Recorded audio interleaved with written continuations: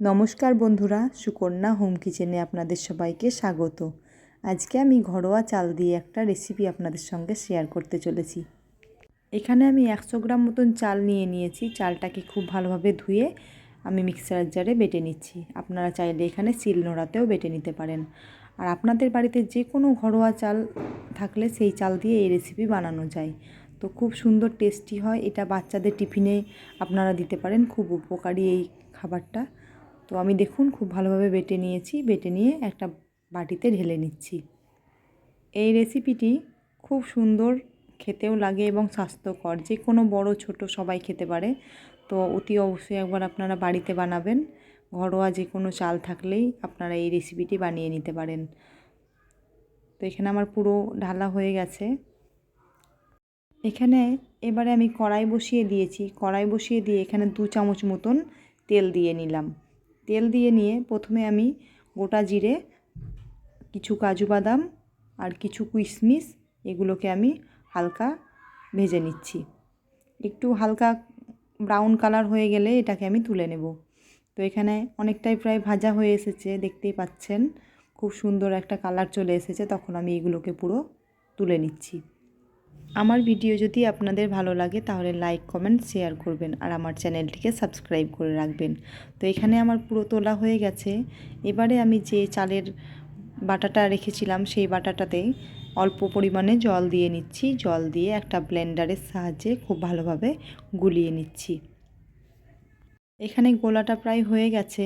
এবারে আমি দিয়ে নিচ্ছি 2 চামচ আতপ চালের গুঁড়ো, 2 চামচ সুজি আর দিয়ে নিচ্ছি গুঁড়ো দুধ 2 চামচ। ছোটো চামচের 2 চামচ বেকিং পাউডার আর ছোটো চামচের 2 চামচ মতন বেকিং সোডা। এই বেকিং সোডা বেকিং পাউডারের জায়গায় আপনারা চাইলে ইনোও ব্যবহার করতে পারেন। ছোটো 1 চামচ লবণ। লবণটা আপনাদের পরিমাণ বুঝে নিয়ে নেবেন। আর এখানে নিয়ে নিচ্ছি 2 চামচ চিনির গুঁড়ো। গুঁড়ো চিনির জায়গায় আপনারা গোটা চিনিও ব্যবহার করতে পারেন। গোটা চিনি ব্যবহার করলে একটু সময় নিয়ে গুলে নেবেন। এটাকে খুব ভালোভাবে আমি এবার ব্লেন্ড করে নিচ্ছি। অল্প করে জল দেব, খুব বেশি জল দিলে হবে না। অল্প অল্প করে জল দিয়ে ব্যাটারটা আমি খুব ভালোভাবে গুলিয়ে নিচ্ছি। ব্যাটারের ঘনত্বটা একদম ঠিকঠাক রাখতে হবে। এবারে যে কাজু, কিশমিশ আর জিরেটা ভাজলাম সেটাই আমি দিয়ে নিচ্ছি। এখানে অল্প পরিমাণে দিয়ে নিলাম, আবারও একটুখানি রেখে দিয়ে ওটাও দিয়ে নেব পরে। তো দিয়ে নিয়ে আমি খুব ভালোভাবে মিশিয়ে নিচ্ছি। মিশিয়ে নেওয়া হয়ে গেলে এখানে আমি অল্প পরিমাণে দিয়ে নিচ্ছি চিলি ফ্লেক্স আর দিয়ে নিচ্ছি কুচনো করে রাখা কাঁচা লঙ্কা। এটাকেও খুব ভালোভাবে মিশিয়ে নিচ্ছি। আপনারা আপনাদের ঝাল অনুযায়ী এগুলো দিয়ে নেবেন।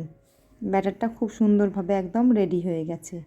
এবারে আমি যে বাটিতে বানাবো সেই বাটিটাতে অল্প একটু সাদা তেল নিয়েই বাটির ভেতরটাতে ব্রাশ করে নিচ্ছি। পুরো বাটির ভেতরের দিকটাতে তেলটা লাগিয়ে নিতে হবে, তাই আমি পুরো বাটির ভেতরটাতেই লাগিয়ে নিচ্ছি খুব ভালোভাবে। তো এখানে তেলটা লাগানো প্রায় হয়ে গেছে। এবারে যে ব্যাটারটা তৈরি করে রেখেছিলাম সেটাই আমি ঢেলে নিচ্ছি। ব্যাটারটাকে ঢেলে নিয়ে আমি এবারে আস্তে আস্তে ঠুকে ঠুকে ব্যাটারটাকে সেট করে নেব। তো এখানে ব্যাটারটা ঢেলে নেওয়া হয়ে গেছে। এবারে আমি দুটো হাত দিয়ে আস্তে আস্তে করে ঠুকে ঠুকে ব্যাটারটা সেট করে নিচ্ছি। ব্যাটারটা একদম সেট হয়ে গেছে। কড়াই বসিয়ে দিয়েছি। কড়াই বসিয়ে কড়াইটা এবং জলটা খুব ভালোভাবে গরম করে নিয়েছি। গরম করে নিয়ে একটা স্ট্যান্ড বসিয়ে দিলাম। বসিয়ে দিয়ে ব্যাটারের বাটিটা বসিয়ে নিচ্ছি। বাকি যে কিশমিশ কাজু বাদামটা ভেজে রেখেছিলাম সেটা এবার আমি উপর থেকে অল্প করে ছড়িয়ে দিয়ে খুব সুন্দরভাবে সাজিয়ে নেব। তো এখানে কিশমিশ আর কাজু বাদামটা দিয়ে নিয়েছি আর দিয়ে নিচ্ছি অল্প কিছু চেরি। চেরিটাকে আমি কুচি কুচি করে রেখেছিলাম। এখানে আমি অল্প অল্প করে কুচনো করে রাখা যে চেরি সেটাই দিয়ে নিচ্ছি। দিয়ে নিয়ে আবারও কিছু কাঁচা লঙ্কা ওপর থেকে সাজিয়ে দিচ্ছি। সাজিয়ে দিয়ে আমি এখানে আধ ঘন্টা পর ফিরে আসছি। আধ ঘন্টা পর ফিরে এলাম। দেখতেই পাচ্ছেন আমি একটা টুথপিক নিয়েছি। টুথপিক দিয়ে আপনাদেরকে দেখিয়ে দিচ্ছি। টুথপিকের গায়ে কোনো দানা লেগে নেই। একদম এটা রেডি হয়ে গেছে। এটাকে আমি কিছুক্ষণ ঠান্ডা করে নেব। তো আমি এটাকে ঠান্ডা করে নিচ্ছি। দেখুন দেখতে কতটা সুন্দর হয়েছে, খুব সুন্দর দেখতে হয়েছে। আমি এটাকে ঠান্ডা করে নিয়ে আধ ঘন্টা পর ফিরে আসছি।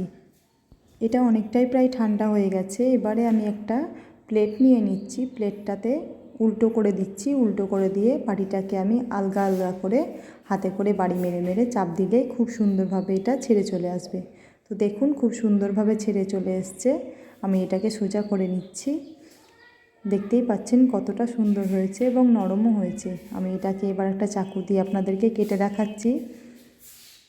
আমার ভিডিও যদি আপনাদের ভালো লেগে থাকে তাহলে অবশ্যই আমার চ্যানেলটিকে আপনারা সাবস্ক্রাইব করে রাখবেন আর লাইক কমেন্ট শেয়ার করতে একদম ভুলবেন না।